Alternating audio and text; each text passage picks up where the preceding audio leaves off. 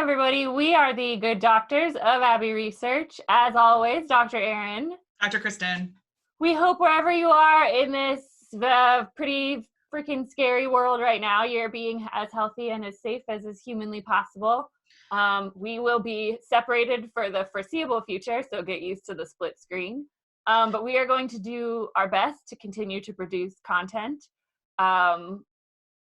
as best we can. And so we soldier on, even with things that might seem ridiculous, and hopefully you'll have a little bit of fun with our video because we're pretty excited about it.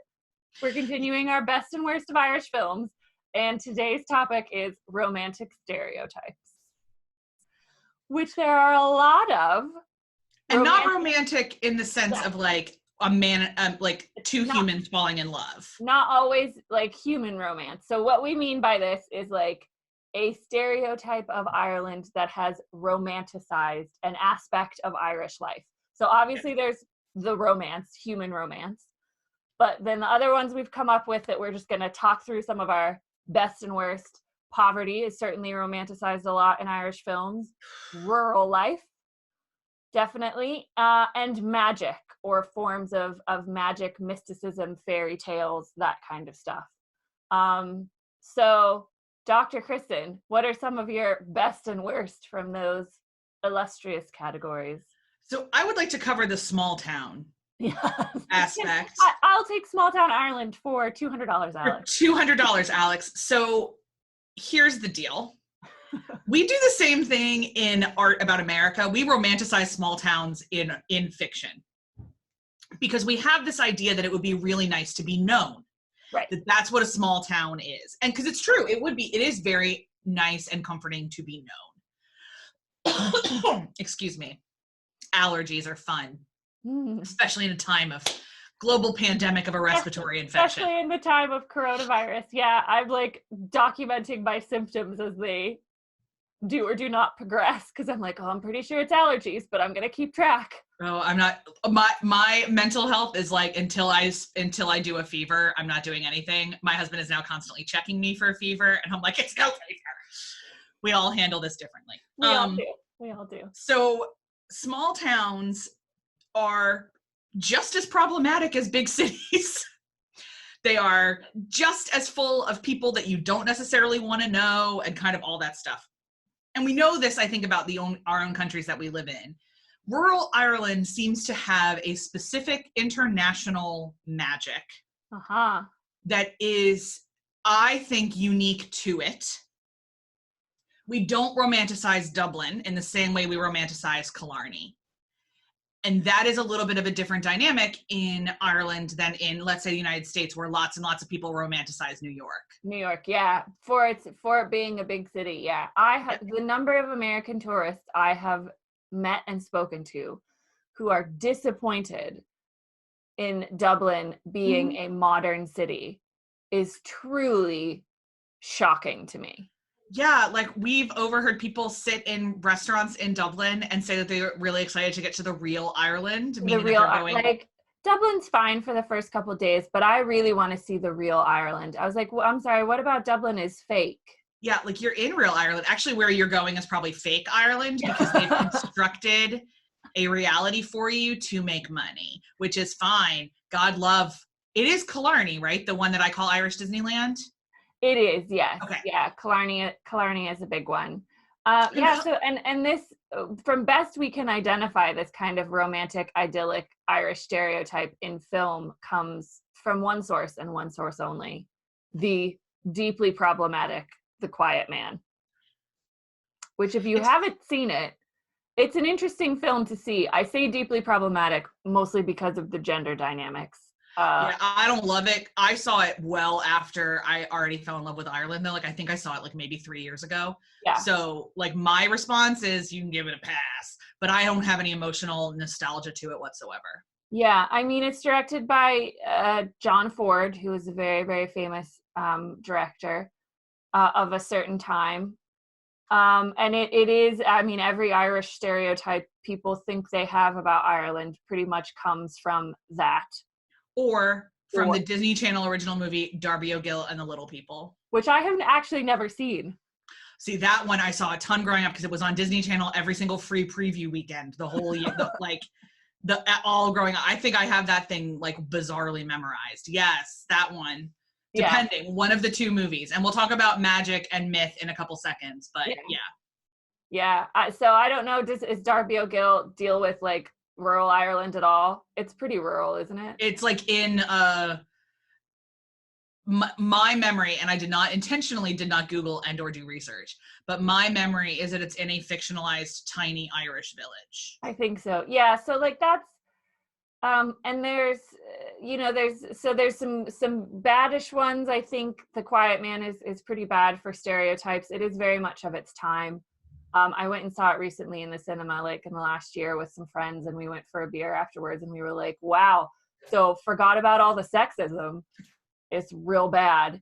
But it is like, Maureen O'Hara is the like stereotypical Irish redhead firebrand, and John Wayne is this like American with Irish ancestry who comes home to claim the family land, and he's a boxer from Pittsburgh, which is hilarious. But some movies do rural Ireland, I think, really well. And one of my personal favorites of the small town Ireland genre is The Matchmaker, which not a lot of people have seen. And I don't even know, I found it at my local Blockbuster in the year of our Lord 1997, which is when it came out. It stars 90s darling Janine Garofalo. And if you're thinking, yes, the most Irish person I can think of is Janine Garofalo, you're not wrong. You're not wrong.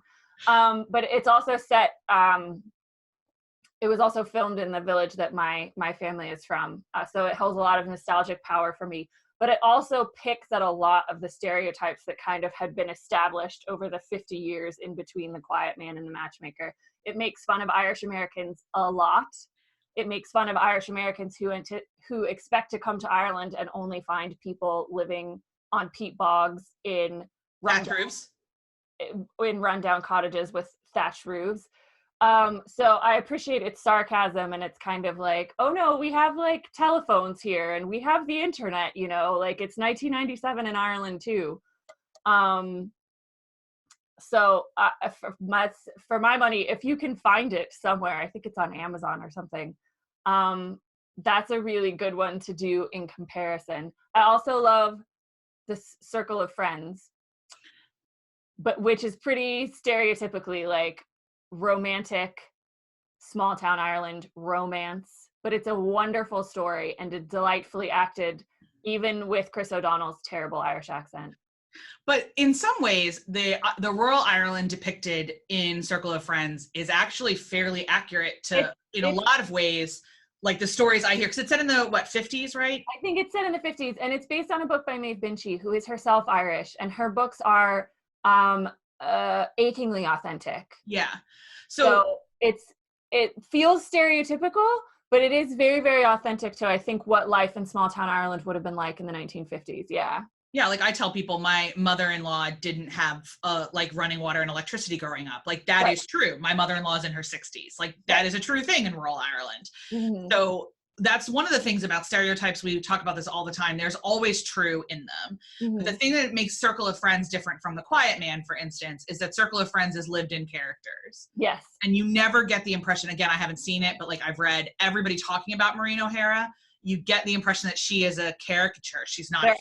They're all caricatures. They are all caricatures. Yeah, 100%, which is part of the reason why it doesn't stand up, because we've also been able to create films in which humans humans are humans. And one of the things that is true in Ireland, as I said, no electricity, is that poverty is a thing. Yeah.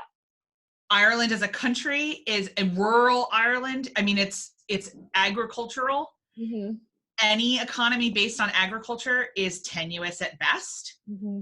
It is hard to live in a lot of places in Ireland today. Yeah. There are not a lot of jobs on that island. There is lots and lots of immigration because there is not a lot of jobs on that island. And that's true pretty much like in recorded human history. Like it's not just the famine that people left because of. No, and like there was mass immigration in the 70s and 80s because the Irish economy was really bad. And then they had a boom in the 90s where a lot of people came back. But then, the recession hit Ireland very, very hard. And the Celtic Tiger bust, which was the name of the like economic boom. So yeah, it's very, very true. I mean, I remember when we went to Barack Obama's ancestral home place, Moneygall, which is in County Offaly. And it was so weird. The village was almost entirely abandoned. Yep. All of the economy that had been built up around the president's visit had closed because when we went, he was in his second term, and it was 2015. We went in April of 2015. 2015, yeah. So he was coming to the end of his second term. Yeah. And it was no longer an economic driver. And I remember reading an article about how like Moneygall town was really, really, really struggling because the lack of tourists, people had stopped coming. But there was like a Barack Obama cafe that had been closed. Everything was closed, and it was really, really eerie. But I always think of Moneygall when I think of like the fact that it is important to not just go to Dublin and see Dublin, because you would go to Dublin and see it and think that Ireland is doing really, really well, and go to other towns. It is important to drive through rural Ireland and see the disparities, but to not overly romanticize the poverty either. The one that I can think of, which was accurate, but I feel like still an element of poverty porn, was Angela's Ashes. That was one of the gosh, yes, that I could think of. And Frank McCourt wrote authentically, I think, about his mother's experiences, but I still think there have been too few films that have really looked into rural poverty in Ireland.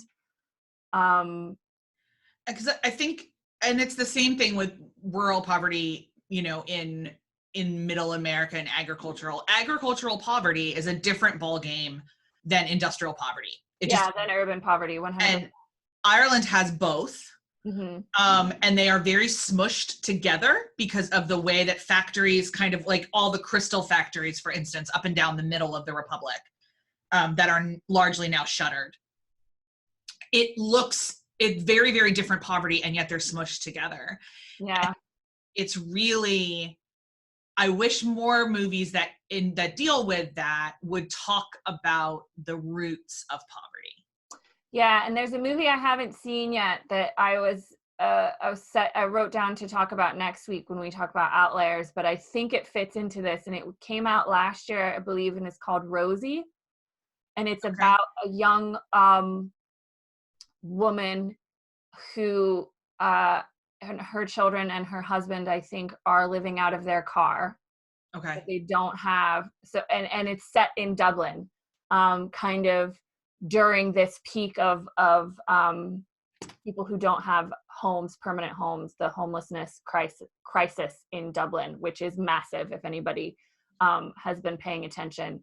And so I haven't seen Rosie, but I think from what I understood from how it was reviewed, it actually talked about modern urban poverty and people without shelter. Yeah, that would be fascinating. In Dublin. So if anybody's seen Rosie or heard anything about it, like shoot us a comment. Maybe in this time of great isolation, I will find it on some streaming service and watch it. I don't know. There is a lot of my schedule certainly looks different now. Yes, it's very open. I have a lot of time. Very, very open. So the final kind of thing is the importance of myth in Irish culture and magic. Yes, and magic. We kind of make fun of it even amongst our Irish adjacent. Dr. Aaron's Irish American. We kind of make fun of it among ourselves, but it is a very true, isn't that you do not mess with fairies? No, and Darby O'Gill and the Little People would be, I think, responsible for setting a lot of this expectations of leprechauns. Yeah. Whereas when you go, if you ever are in Dublin, we would highly recommend going to the National Leprechaun Museum. It's brilliant. Because what it is an ode to storytelling and to myth making.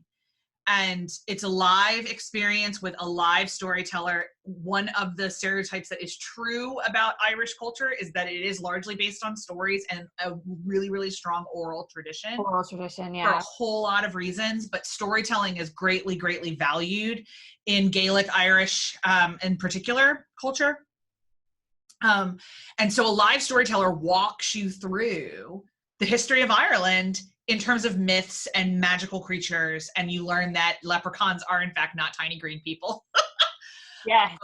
And they don't wear the hats. And we actually get all of that from the Lucky Charms box and Darby O'Gill and the Little People. It's always fascinating to find out. But like the Lucky Charms box is a huge reason too of why people see leprechauns that way. Yeah, yeah. And I think I just watched part of a movie recently that deals with kind of the like mystical elements of Irishness called the Secret of Ronin-ish. And which means the secret of Seal Island. Ronin-ish in Irish is like Seal Island. And it's a 90s like kids movie, and it's about like a magic seal and a mom who dies, and like we watched the last hour and a half of it in Ireland one day and was emotionally devastated. But I think it does a good job of it. Our beloved Aidan Quinn is in it. Love Aidan Quinn. But another one that's really, really good that I saw here in Pittsburgh, I don't know, 10 years ago probably, was an animated movie. It was nominated for Best Animated Film for the Oscars, and that's why we saw it, because it was like shown in a series of Best Animated Films, and it was called The Secret of Kells. And it is a like lovely, lovely, very distinctly Irish animated film about this very important Celtic and Christian place of Kells, and kind of the writing of the manuscript of the Book of Kells. So I would definitely, that is one of the best ones to get a sense of like how, because the film was entirely made by Irish people. So it is their take on this kind of mythical magic that a lot of people do believe exists and believe is an important part of being Irish, even though we make fun of it a lot in various parts around the world. It is a very real part of being Irish for a lot of people. So for sure. My husband will tell you he has the sight. He doesn't believe in the sight. He doesn't believe in any of it, but he has it. But he has the sight. Very important. And like dead face. Like it's very 100%. It's very, and one of the first times I went to his home place, he pointed out the fairy wells. Yes, fairy wells and fairy circles are very, very important. Very important. Things that you do not mess with. Like there was a very famous death not far from his parents' house, and it was an unsolved murder, and legitimately there are people in his village that believe it's because that family messed with a fairy well. Legit. Yeah, and I just remembered that movie with Angelina Jolie, The Changeling. Oh yeah, changelings are Irish. Yeah. And the myth of the changeling is distinctly Irish, in that like the fairies would come and swap your child. Yep. And you would, like, if there was something off with your child, or if they didn't look quite right, or they didn't behave quite right, you would say like, oh, it's a changeling, it's not my child. Like the fairies took my child and gave me a fae child. So think about, just like out of your curiosity, you're sitting around these days, think about what that feels like when your parents make that kind of joke. Yeah. Or how, like, or when can you imagine the trauma of your parents actually thinking that? Yeah. There are a lot of things about Irish culture that can be explained by that story. But there's lots and lots of more romantic stereotyped Irish films as well that have come out. P.S. I Love You is one of the super Irish Gerard Butler. One of the big ones. Why We Made Gerard Butler fake an Irish accent. Same with Matthew Good, although he did a better job in Leap Year, but still there are Irish actors. He did a little fiddle-dee-dee, a little too fiddle-dee-dee. I watched like part of Leap Year a couple weeks ago because it was on TV, and I was like, it's adorable, and Amy Adams is really cute in it, and they have great chemistry, but his fiddle-dee-dee accent is a bit much for me. Again, there are Irish actors, hand to God. They're very good-looking ones as well. If you're looking for a romantic lead, I can give you a list. Yeah, I mean, honestly, like You might not believe us that Jamie Dornan is a good actor if you watch 50 Shades, but he is. Yes. And he is also attractive and has an Irish accent because Yep. he is, wait for it, Northern Irish. It's very true. There's loads of Cillian Murphy-like people. Tons. Jamie Dornan's actually in a rom-com coming up soon, not rom-com, but like a romantic dramedy coming up soon with Sebastian Stan and Shailene Woodley. I saw the trailer for that with his own accent as well. His own accent. Shocked. I was shocked. I was like, oh, hi, Jamie. And then I heard him speak and I was like, oh my days. Yeah, there's a really fun press tour interview where Sebastian and Shailene are talking about how he taught them all about Irish accents. Good, because there's loads of very different ones. So many, yeah. Yeah, so, enjoy the stereotypes, recognize them for what they are. Mm-hmm. And if you're prompted at all to dig deeper, we hope that you will. And comment here on the YouTubes, because as we've said, we've got some time on our hands and we'd love to spend it with you. We'd love to talk about some movies. I know somebody commented on our film video from last week and named a movie that I had forgot in America. Oh yeah, I forgot that was an Irish connection. Yeah, that's a diasporic one. Yeah, Samantha Morton and her family are Irish. I've forgotten that one entirely. So shout out to the comments. Keep them coming. Join us in the conversation. Next week we'll be back talking about Irish films that fit none of these categories, really. We've called them outliers. And it gives you an opportunity to explore some perhaps different aspects of being Irish than are stereotypically done with frequency. So we'll see you guys then. Be safe and be healthy. Take care. Take care. Bye.